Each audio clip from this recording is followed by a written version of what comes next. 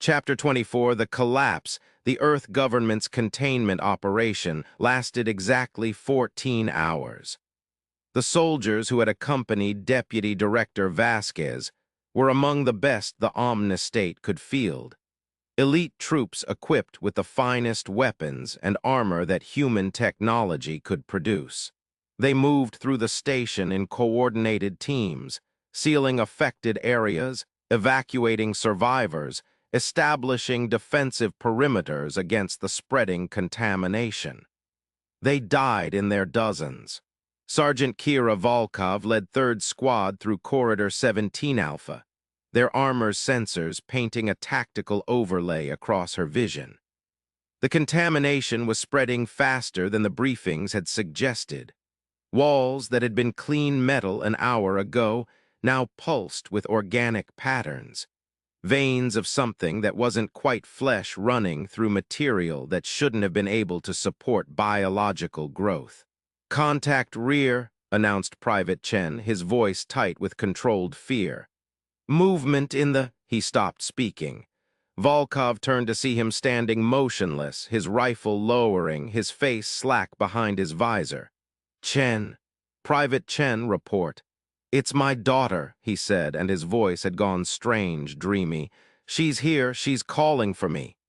"Your daughter is on Earth, Private. Whatever you're seeing isn't. She's scared. She needs me." Chen began walking back the way they had come, toward the section of corridor that had already been marked as lost. "I have to help her, I have to—" "Chen, stand down, that's an order." He didn't respond. He walked into the darkness, toward the organic walls that pulsed in welcoming rhythms, toward the shapes that were beginning to emerge from the transformed flesh. Volkov raised her weapon, but she couldn't fire. Couldn't shoot one of her own squad in the back, even if he was walking towards certain death. "Sergeant," Private Akoi's voice was barely a whisper. "I see my mother. She's right there in the wall. She's smiling at me. Don't look at them. Eyes forward, don't look." But they were all looking now. Every member of 3rd Squad, staring at the walls, at the ceiling, at the spaces between reality where things that wore familiar faces were calling to them. "They're not real," Volkov shouted, fighting against the pull that tugged at her own consciousness. The whisper that sounded like her dead husband, the shadow that moved like her brother who had been killed in a training accident 15 years ago. "They're using your memories against you. They're wearing the faces of people you love to make you lower your guard." "Listen," Private Akoi lowered her weapon and smiled. "It's okay, Sergeant. They just want to help us. They just want us to come home." She walked into the wall. The organic material parted for her like water, closed behind her like a mouth, and she was gone. Volkov ran. She ran through corridors that twisted in ways the station's architecture didn't allow, past doors that opened onto spaces filled with light that hurt to perceive, through air that grew thicker and sweeter with each breath. She ran until her lungs burned and her legs threatened to give out, until she burst through a security checkpoint into a section of the station that was still clean, still human, still real. The soldiers at the checkpoint nearly shot her. She couldn't blame them. She must have looked like something out of nightmare, covered in organic residue, her eyes wild with terror, her breath coming in ragged gasps. "3rd Squad is gone," she reported when she could speak again. "The whole section is gone. They're using our memories, making us see people we've lost. Anyone who looks too long just walks toward them, walks into the walls." "How many did you lose?" "Everyone. Everyone except me." She looked at the soldiers, young men and women, trained and armed and utterly unprepared for what they were facing. "And I only got away because I don't have anyone left. No family, no close friends, no one whose face they could wear to make me stop running." The implications sank in. Every soldier in the facility had loved ones. Every operative had memories of people they'd lost. The entities were turning humanity's capacity for love and grief into a weapon, using the bonds between people as chains to drag them into the darkness. "We need to fall back," someone said. "Establish a perimeter, call for extraction." "There is no extraction." Deputy Director Vasquez's voice cut through the chatter, transmitted from the command post 3 levels up. "I've just received word the contamination has reached the shuttle bays. 2 of our 3 evac ships have been compromised. The crews walked off them without explanation and haven't been seen since." "Sir, what are our orders?" Static on the line. Then Vasquez's voice changed somehow, carrying harmonics that made Volkov's skin crawl. "Orders are to proceed to the integration wing. The family is waiting. All are welcome. All will be received. All will find their place in the communion that is coming." The transmission ended. Volkov looked at the soldiers around her, saw the same horror in their eyes that she felt in her own. "That wasn't Vasquez," she said. "Not anymore." "Then who's in command?" No one had an answer. The chain of command had been broken, the leadership compromised, the entire operation disintegrating into isolated pockets of survivors with no coordination and no plan. Volkov checked her ammunition, enough for maybe a dozen engagements. Not nearly enough for what was coming. "We hold this position," she said, because someone had to make a decision and no one else was stepping up. "We hold until we figure out what's happening and how to stop it." "And if we can't stop it?" She didn't answer. She didn't have to. They all knew what would happen if they couldn't stop it. They would join the family one way or another. They all would. Throughout the station, similar scenes played out in terrible variation. Security teams fought their way through corridors only to find their objectives already transformed. Research staff barricaded themselves in laboratories and watched through windows as colleagues they'd known for years walked past with wrong smiles and stranger eyes. Engineers tried to seal bulkheads against the spreading contamination and discovered that the metal itself had begun to change, responding to the touch of the transformed flesh that crept through every crack and seam. The willing walked among them, untouched and untouchable. They moved through the carnage like shepherds among sheep, speaking words of comfort to the dying, offering transcendence to those still able to choose. Some accepted, soldiers who had seen too much horror, civilians who had lost everyone they loved, researchers who had spent their careers studying the impossible and finally decided to become part of it. Others refused. They died with curses on their lips, defiance in their eyes, weapons empty and hands still reaching for anything that might serve as a tool of resistance. The entities did not distinguish between them. All were welcome. All would be processed. All would find their place in the great communion that was taking shape. By the 16th hour, the military operation had failed completely. Deputy Director Vasquez walked the corridors with something else looking through his eyes, his voice calling out orders that led survivors into ambushes, his authority transformed into another weapon against those who had trusted him.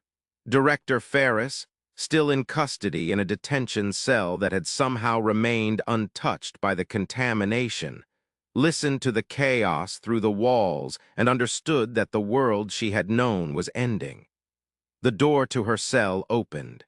She expected transformed horror, expected wrong smiles and offers of communion, expected to die or be consumed.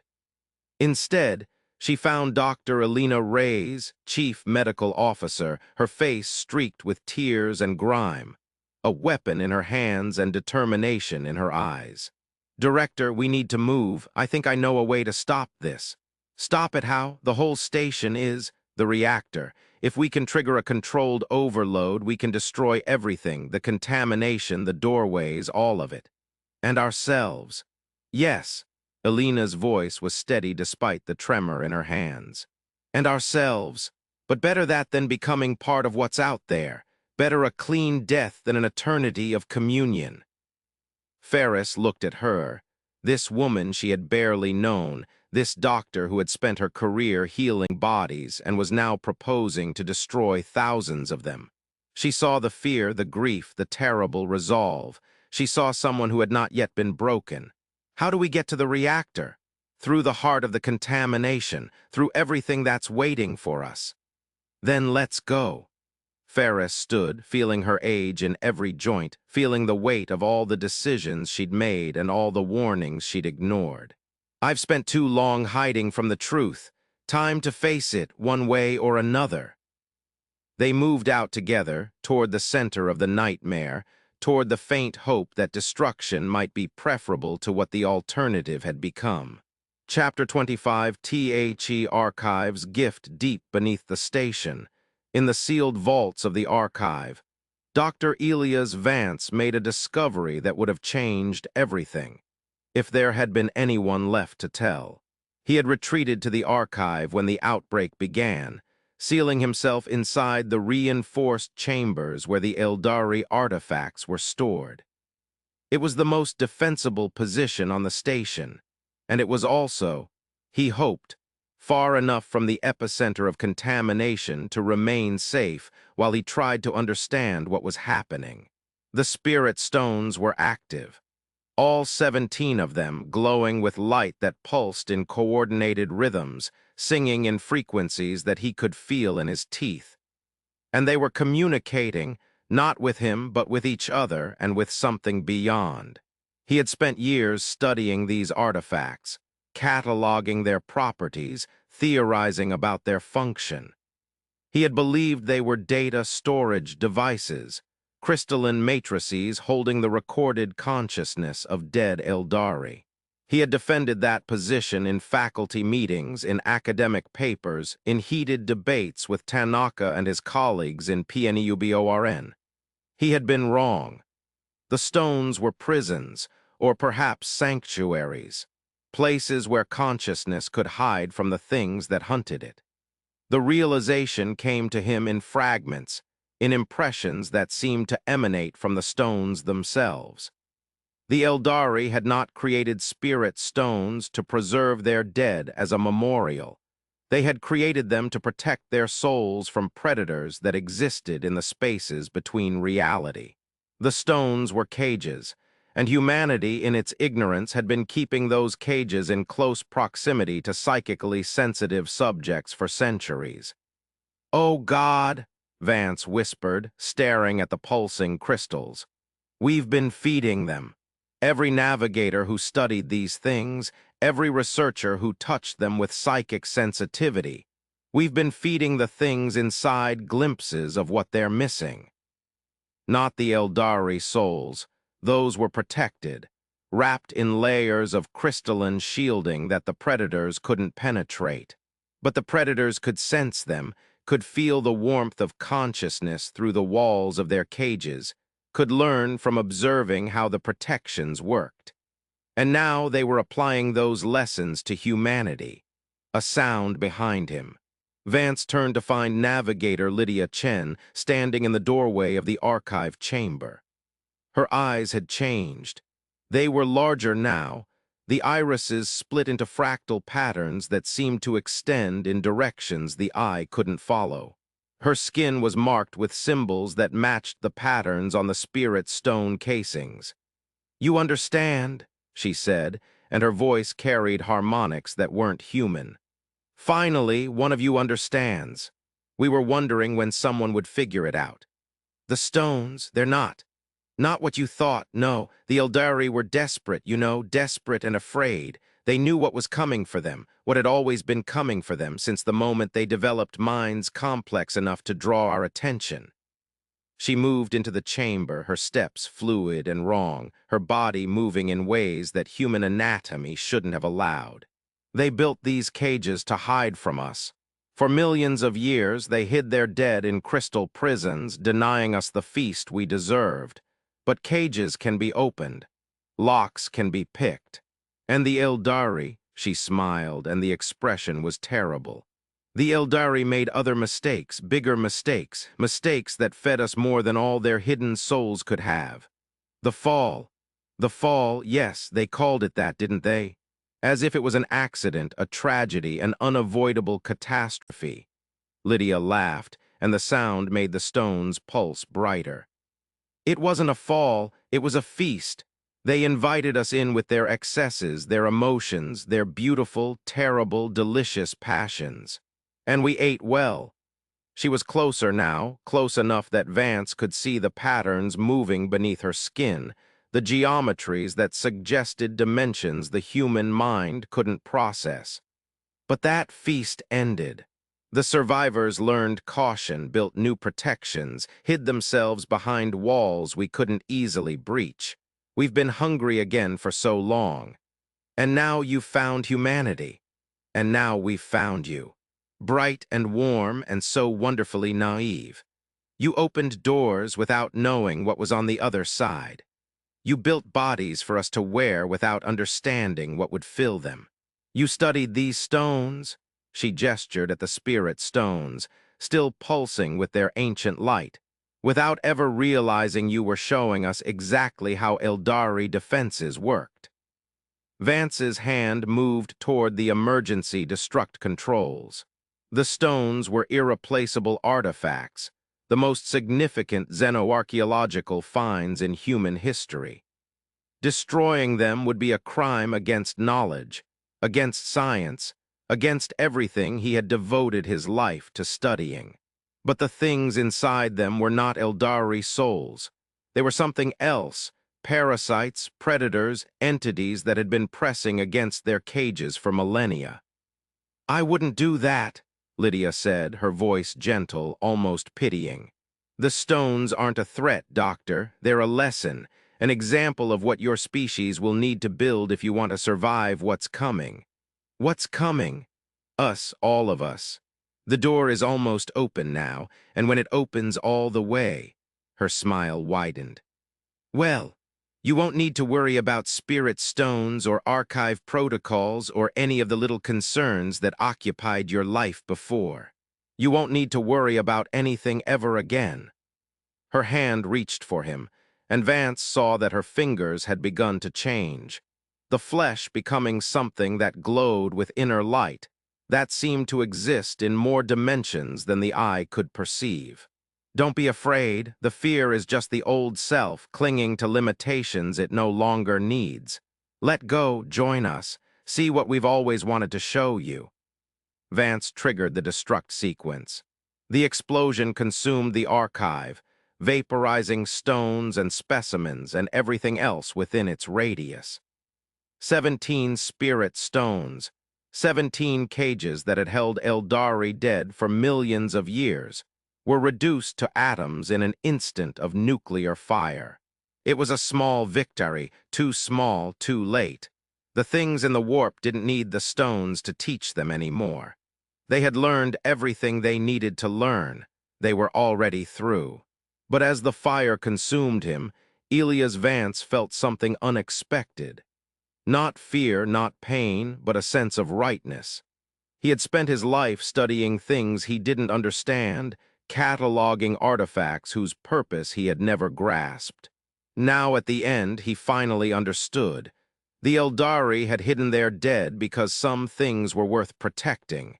He had protected them for a few moments longer. It wasn't much, but it was something. In the spreading chaos above, no one noticed the flash of light from beneath the station. No one recognized the slight disruption in the growing network of transformed consciousness. The war was already lost, and one small battle meant nothing in the end. But somewhere in spaces that the living couldn't perceive, something ancient and patient noted what Elias Vance had done. He had chosen destruction over surrender. He had rejected the communion. That choice would be remembered. Chapter 26, the prayer chief medical officer Elena Reyes had not prayed since she was 12 years old. She had grown up on Earth, in a community that still remembered older traditions, ceremonies and rituals that the Omni-State officially tolerated as cultural practices, while unofficially dismissing them as primitive superstition. Her grandmother had taught her prayers, had told her stories of spirits and saints and forces that watched over humanity from beyond the material world. Then Elena had grown up, had gone to medical school, had learned that the universe operated according to laws that prayers couldn't change. She had set aside her grandmother's teachings as the quaint beliefs of a simpler time, had built her life on the certainties of science and rationality. Now, huddled in the medical bay with 23 survivors, watching the walls pulse with patterns that no science could explain, she found herself remembering those old words. The journey to this point had cost them dearly. Director Ferris had been taken 3 corridors back, not killed, but transformed, her face going slack and then reforming into something that smiled with warmth that never reached its eyes. The soldiers who had accompanied them had fallen one by one, some to the transformed entities that emerged from the walls, others to the voices that called to them in the tones of loved ones long dead. Now they were 23, barricaded in a quarantine ward that had somehow remained untouched by the spreading contamination. They were armed with whatever weapons they had managed to salvage, supplied with whatever food and water the medical bay contained. It wouldn't be enough. They all knew it wouldn't be enough. Elena stood at the window, looking out at the corridor beyond. The walls out there had begun to change, the first tendrils of organic growth creeping across surfaces that had been sterile metal an hour ago. The contamination was closing in. They had hours at most before the quarantine seals failed and the transformed flesh broke through. She should be planning, should be organizing their defenses, rationing their supplies, preparing for the battle that was coming. Instead, she found herself closing her eyes, folding her hands, reaching for words she hadn't spoken in 40 years. "Please," she whispered, "if there is anything out there that still cares about humanity, help us. Give us a chance. Show us a way." The words felt foolish, futile, the desperate gesture of a woman who had run out of rational options. She expected nothing, no response, no sign, no divine intervention to save them from the horror closing in. But something answered. It wasn't a voice, not exactly. It was more like a shift in the pressure behind her eyes, a sudden clarity in her thoughts, a sense of being seen by something vast and ancient and utterly different from the hungry things in the warp. For a moment, she felt it looking at her, really looking, with an attention that weighed and measured and judged. She felt it examining her choices, her motives, her willingness to fight even when fighting was hopeless. And she felt something that might have been approval. "You fight," the not voice said, "not for victory, not for survival, but because fighting is what you are." Elena opened her eyes. The medical bay looked the same frightened survivors, the same inadequate supplies, the same contamination creeping closer outside the windows. Nothing had changed, but something had been given to her. Not rescue, not salvation, but something simpler, direction, knowledge that hadn't been there before. The reactor, the station's heart, its power source, its potential destroyer. If the reactor went critical, if its energies were released in an uncontrolled cascade, the resulting explosion would vaporize everything within 100 kilometers, including the things that were using the station as a doorway. "The reactor," she said aloud, and the survivors turned to look at her. "We need to get to the reactor." "That's in the middle of the affected zone," someone objected. "We'd never make it." "We have to try. It's the only way to stop this, to close the door before they spread beyond the station." "Close the door? What are you talking about?" Elena didn't have an answer she could articulate. She didn't understand where the knowledge had come from, didn't know why she was suddenly certain that the reactor held the key to ending this nightmare. But she trusted the feeling, trusted it more than she had trusted anything in her rational, scientific life. "I'm going," she said. "Anyone who wants to come is welcome, anyone who wants to stay." She looked at the pulsing walls visible through the window, at the shadows that moved in ways shadows shouldn't move. Just hold on as long as you can. 7 people chose to go with her. 7 volunteers, armed with whatever weapons they could find, setting out through corridors that had become something other than corridors, toward a heart that was no longer just a machine. Among them was Navigator Lydia Chen. They had released him from the observation chamber when the outbreak began. There was no longer any point in containment when the entire station was becoming contaminated. His blindfold remained in place, tied firmly over the third eye that could no longer close, but he had refused to stay behind. "I can see them," he had said, his voice steady despite everything. "Even through the blindfold, I can see them. And if I can see them, maybe I can find a way through them." Now, as they moved through the transformed corridors, Vorian walked at Alina's side, his head turning constantly as he tracked things that the others could only glimpse in their peripheral vision. "There are hundreds of them," he reported, his voice barely above a whisper. "Thousands. They're everywhere, in the walls, in the floor, in the air itself. Most of them are small, parasites and scavengers feeding on the psychic energy of the transformation. But there are larger ones too, controllers, intelligences. Can you tell where they're weakest? They're not weak anywhere, but they're distracted, so focused on the main event, on the Einherjar, on the doorways they're building, that they're not paying as much attention to us as they should be. They think we're irrelevant. They think we can't hurt them. Can we?" Vorian was silent for a moment. Then slowly he began to remove his blindfold. "Don't," Alina started, remembering the screaming, the seizures, the horror that had consumed him when he had first opened his third eye. "I spent 3 weeks being afraid of what I could see," he said. "Letting the fear control me, letting them control me through the fear. But fear is just another weapon, and they've been using it against us this whole time." He pulled the blindfold away, and his third eye opened fully, blazing with light that made the transformed walls recoil. "Maybe it's time we started using it against them." What Alina saw in the moments that followed was something she would never be able to fully describe. Vorian's third eye did not just perceive the entities.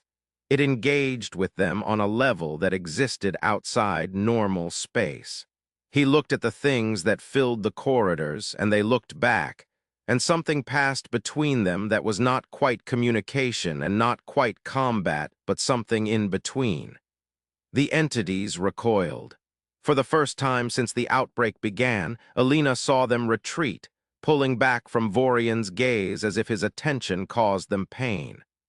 "They're not invincible," Vorian said, his voice strained, sweat streaming down his face, blood beginning to leak from his nose and ears. "They're powerful, but they're not gods. They can be hurt if you know how to hurt them. They can be pushed back if you're willing to pay the price." "What price?" "The same one they demand from everyone: consciousness, awareness. The spark that makes us what we are. Every second I spend fighting them, they're taking a piece of me." "Then stop. We'll find another way." "There is no other way, and I've been their prisoner for 3 weeks.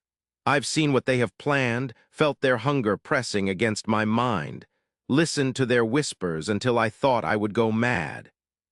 He straightened, forcing himself to stand on his own, his third eye still blazing. "I'd rather burn out fighting them than spend another second being afraid." He turned toward the corridor ahead, toward the reactor that waited at the heart of the station, and he walked forward with his third eye open.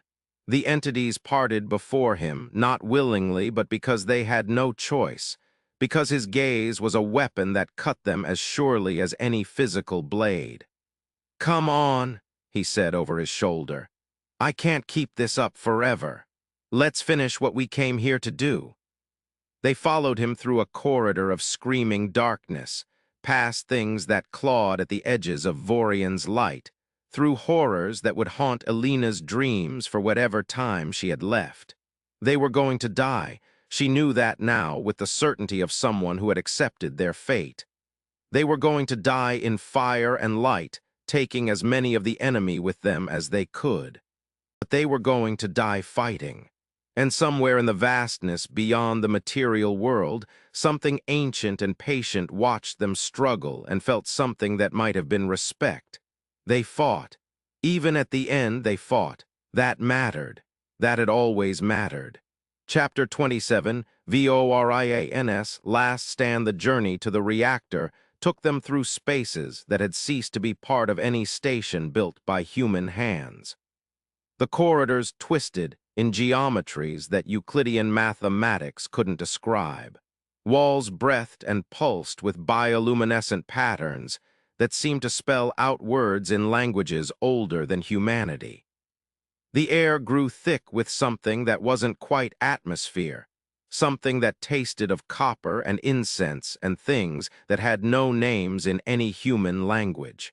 Vorian Keth walked at the front, his third eye blazing with light that carved a path through the transformed flesh of the station.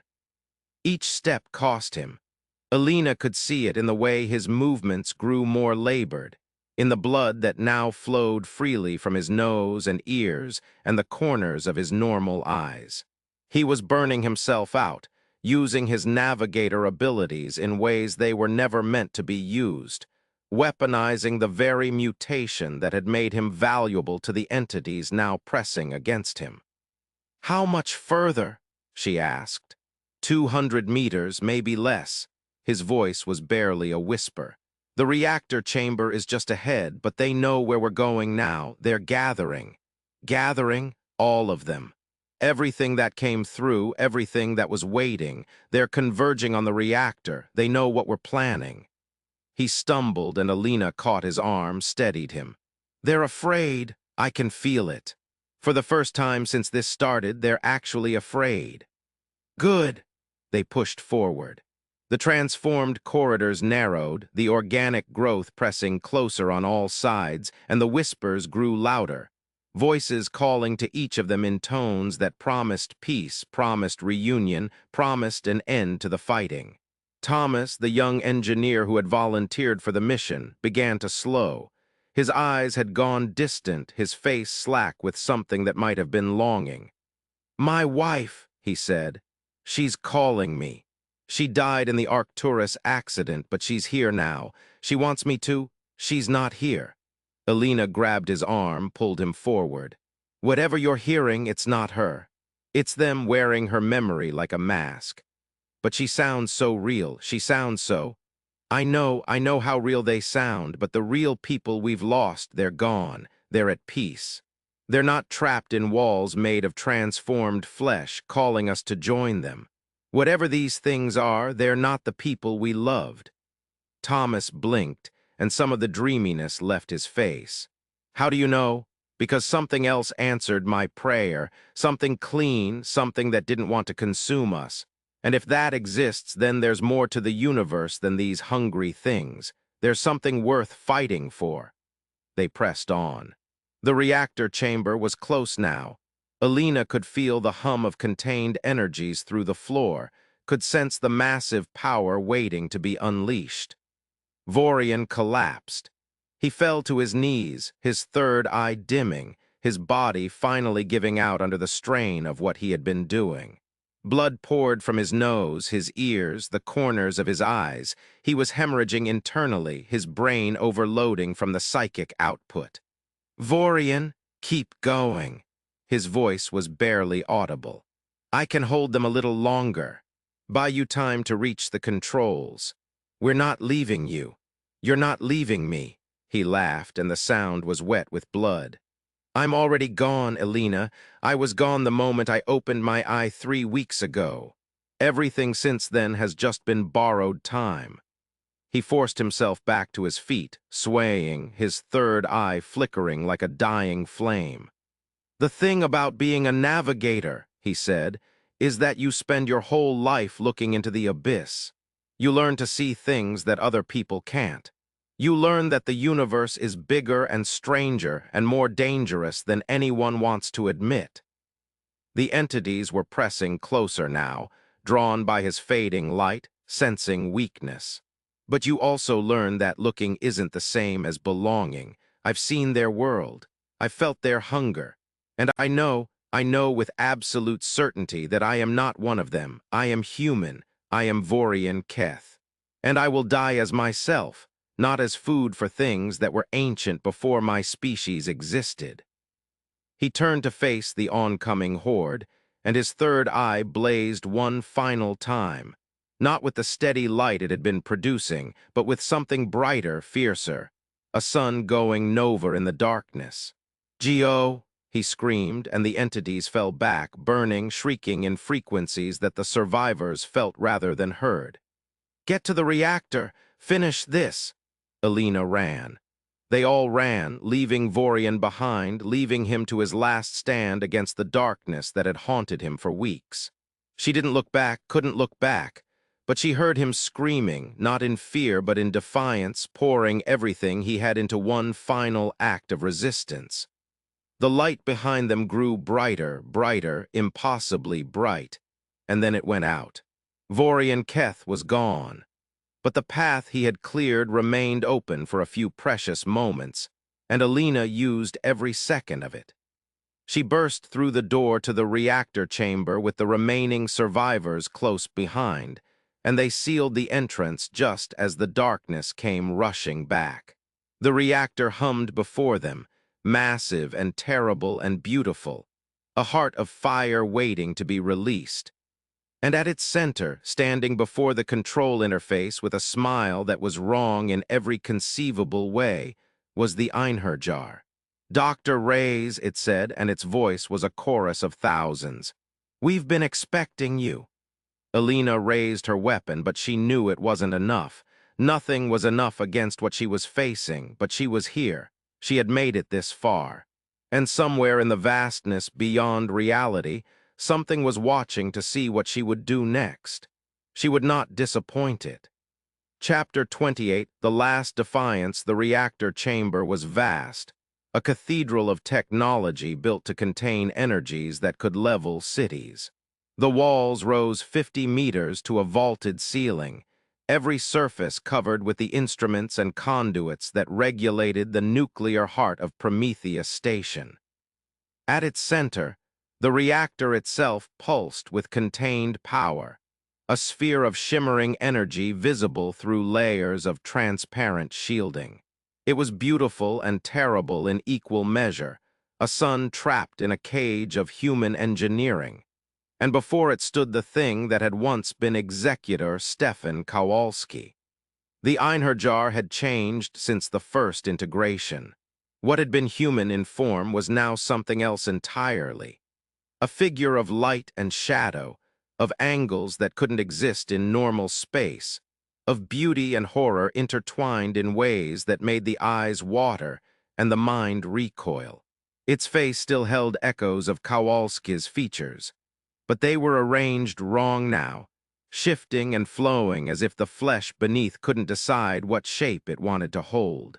"You've come so far," it said, and its voice was many voices, thousands of minds speaking in harmony, a choir of the consumed. "Through all our defenses, past all our children. The Navigator burned himself out to get you here, and still you came. Such determination, such beautiful, futile determination." Elena counted her remaining people. 5, including herself and Thomas. 5 humans against something that had absorbed hundreds of consciousness, that spoke with the authority of entities older than Earth.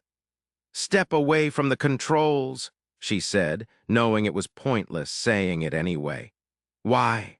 "So you can destroy this station, trigger the overload that will vaporize everything within 100 kilometers.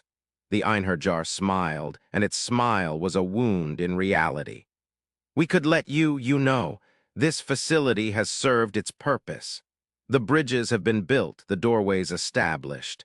Even if you destroy everything here, we have already spread beyond its walls." "You're lying."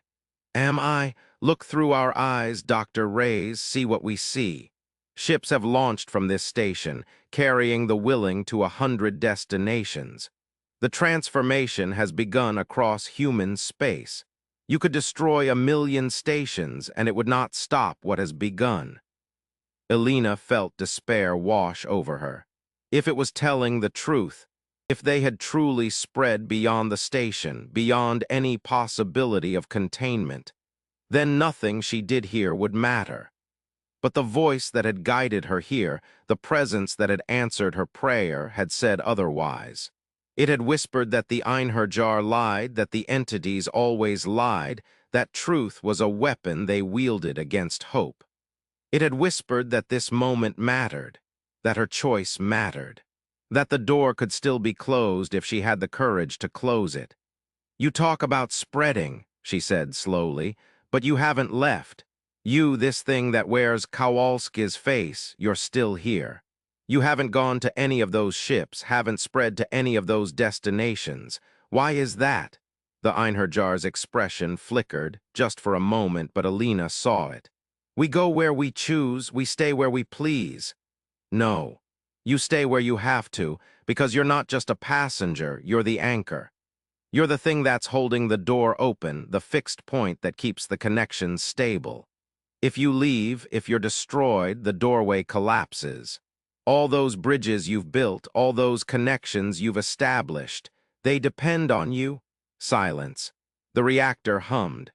The Einherjar's face cycled through expressions that didn't quite fit human emotional ranges. "You understand more than we expected. I understand that you need this station. Need it intact, need it running, need it to maintain whatever you're channeling through. That's why you're here standing guard. That's why you didn't try to stop us until we reached this room. You cannot destroy us, Dr. Reyes. We are eternal. We existed before your world formed, and we will exist after your sun burns out. Whatever you do here will be forgotten in an eye blink of cosmic time." "Maybe, but you're afraid anyway. I can hear it in your voice, all those voices, all those minds you've consumed, and you're still afraid of what we might do." The Einherjar moved, faster than anything human, crossing the distance between them in a blur of impossible motion. It seized Elena by the throat, lifting her off the ground with strength that shouldn't have been possible. "Afraid?" Its faces, all of them the thousands of minds it had absorbed, pressed close to hers, speaking in horrible unison. "We are not afraid, we are hungry.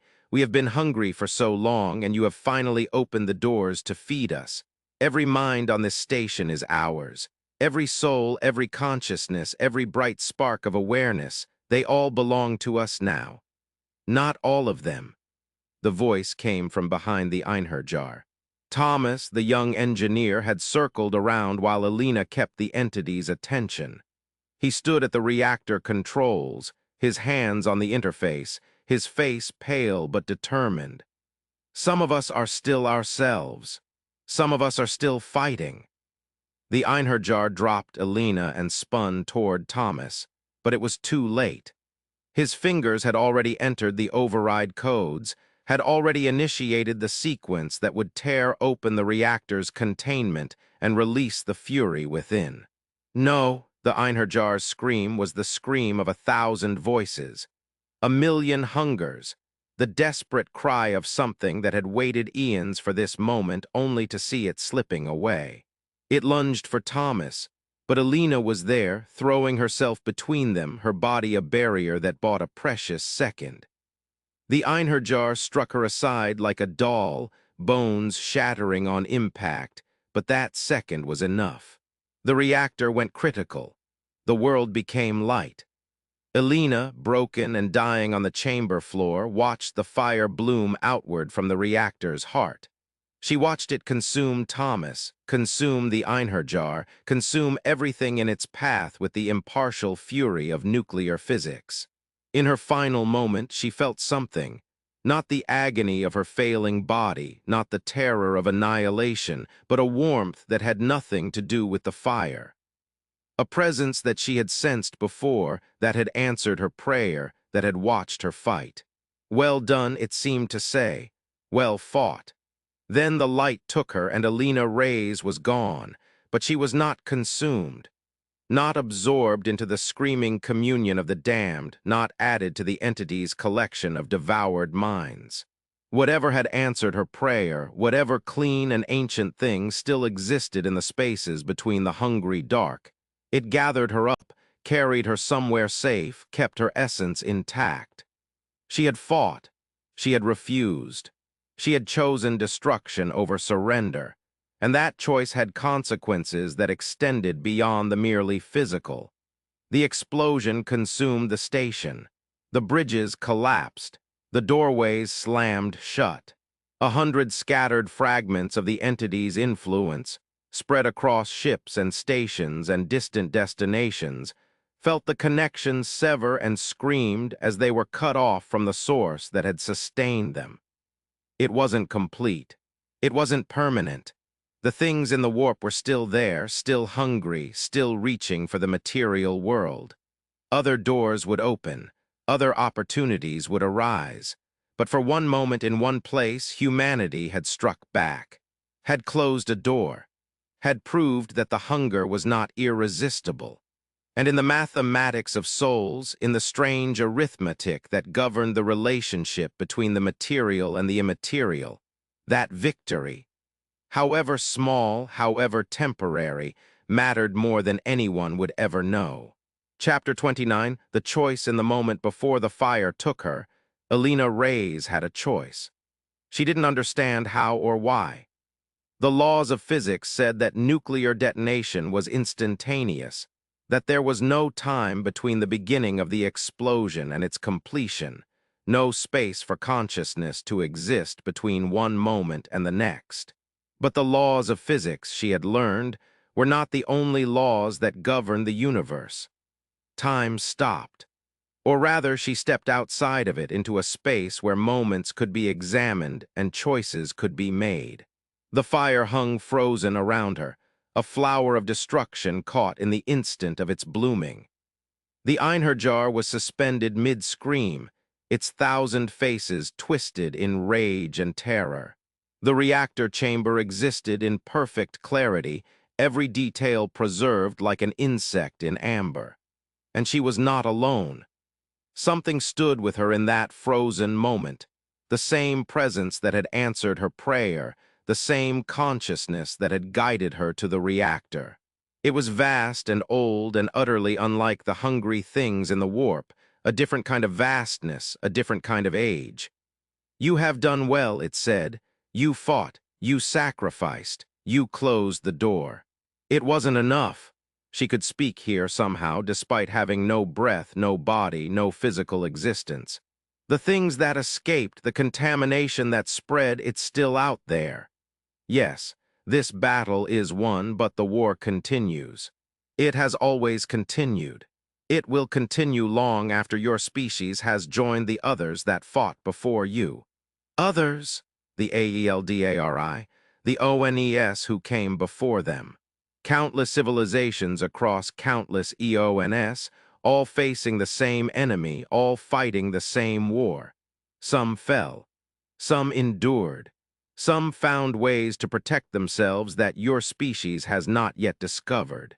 Elena looked at the frozen fire, at the death that waited for her when time resumed. And now, what happens to me? You have a choice. The same choice that has been offered to every consciousness that fought against the hunger and refused to surrender. The presence showed her, not in words but in understanding, in knowledge that bloomed directly in her mind. She saw herself dissolving into the fire, her consciousness scattering into the void between stars. She saw peace, oblivion, the end of struggle, and she saw the alternative. Or you can continue. Not in your old body, that is beyond saving, but in other ways, other FORMS, other battles. There are places where those who fight are NEADED, roles that only the willing can fill. What kind of roles? Watchers, guardians, VOICES that whisper warnings to those who might hear. The war against the hunger is fought on many fronts in many ways. Some fight with weapons and fire. Others fight with knowledge and prophecy. All are needed. Elena thought about her life, the years of medical practice, the patients she had saved and the ones she had lost, the quiet certainty that she was doing something meaningful with her time. She thought about her grandmother's prayers, the faith she had abandoned, and the faith she had rediscovered in the darkness of a dying station. She thought about the others who had fallen, Vorian burning himself out to light their way, Thomas giving his life to trigger the overload, all the unnamed soldiers and civilians who had refused to surrender even when surrender was easier. They fought too. What about them? Some chose peace. Some chose to continue. The choice is always individual, always free.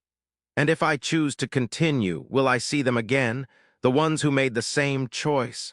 A pause and something that might have been warmth in the vast consciousness. In time. In WAYS, you cannot yet understand.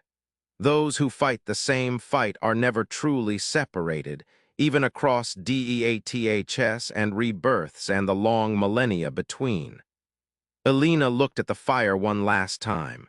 It was beautiful, she realized. Terrible and destructive, but beautiful in its power, its certainty, its absolute commitment to what it was doing.